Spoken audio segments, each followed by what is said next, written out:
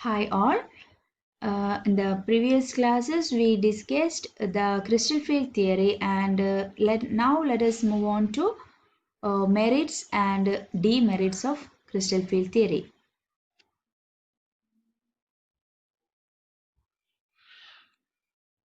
Before move on to merits of crystal field theory, just remember the main limitations of valence bond theory. What are the main limitations of valence bond theory? Almost all limitations of valence bond theory is overcome by crystal field theory. That is, the valence bond theory cannot explain the splitting of d orbitals. We know that according to crystal field theory, when the ligands approaches the central metal ion, the metal d orbitals splitted. That cannot be explained by the valence bond theory, but it can be explained by crystal field theory. And also, the valence bond theory does not explain the color and spectra of complexes, but almost all complexes are colored. And why these complexes are colored, it can explain by the crystal field theory. And also the spectra of complexes is also explained by this crystal field theory, but that is we can study in details in the next unit, that is coordination number unit 2. We can explain the color and spectra of the complexes much more details. Okay, and also the magnetic properties. According to valence bond theory, the magnetic property is only due to the spin contribution.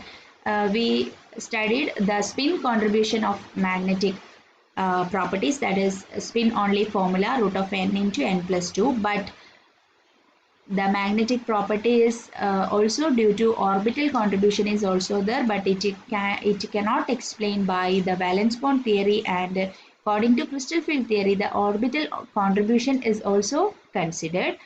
And also according to valence bond theory, certain complexes are for certain four coordinated complexes are tetrahedral, and some others are square planar, and it cannot explain why certain complexes are tetrahedral and why others are square planar, but it can be explained by crystal field theory by using spectrochemical series. In this, the ligands are in a different splitting power. That is, the spectrochemical series is the increasing order of the splitting power of the ligand. By using this, we can explain why some complexes are square planar and why others are tetrahedral. And also in the case of 6 coordinated complexes, some are inner orbital complexes and some are outer orbital complexes. It can also be explained by the crystal field theory. Okay, and so these are the merits of crystal field theory than the valence bond theory. Okay, and now let us move on to the limitations or demerits of crystal field theory. Okay, the first limitation is it considers only the metal ion d orbitals and gives no consideration at all to other metal orbitals such as p, x, p, y, p, z, and also s orbital. We know that according to crystal field theory, when ligand approaches the central metal ion, the d orbital is splitting and it does not consider any other orbitals. And according to crystal field theory, the bonding between the metal and ligands are considered purely ionic. That is, according to crystal field theory, the metal is considered as a positive charge or positive ion, and ligands are considered as negative charge or negative ions. And the attraction between the central metal ion and ligand is considered pure electrostatic attraction or ionic interaction is considered. But if But if covalent character increases between these two ions or metal and ligands, the covalent character is increases, then this theory become less accurate. It only consider the ionic interaction, not considering covalent interaction between the metal and ligands. That is, sometimes the metal may be neutral, that is zero oxidation state, and also the ligands are neutral, and we can't consider this bonding between these two is purely ionic or electrostatic attraction. That is, the metal is zero oxidation state and the ligands are neutral. In this case, covalent character can be explained, but this crystal field theory does not explain this covalent nature of the metal ligand bond.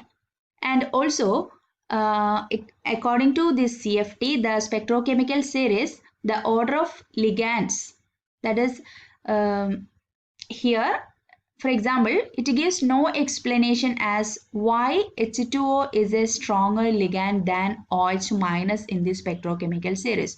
We know that it is a OH minus is a more basic than water. That is, OH minus have negative charge, and we know that if negative ligands or OH minus is can act as a strong ligand than water, but in the spectrochemical series H2O is stronger than OH minus, and this CFT can't explain why H2O is a stronger ligand than OH minus.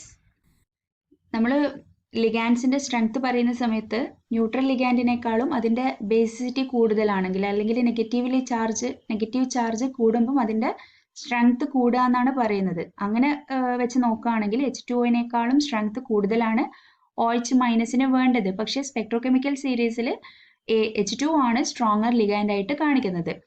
അതെന്തുകൊണ്ടാണെന്നുള്ളത് explain ചെയ്യാൻ CFT കഴിഞ്ഞിട്ടില്ല. പിന്നെ അതേപോലെ തന്നെ colour നമ്മൾ detail ആയിട്ട് ഇതുവരെ പറഞ്ഞിട്ടില്ല.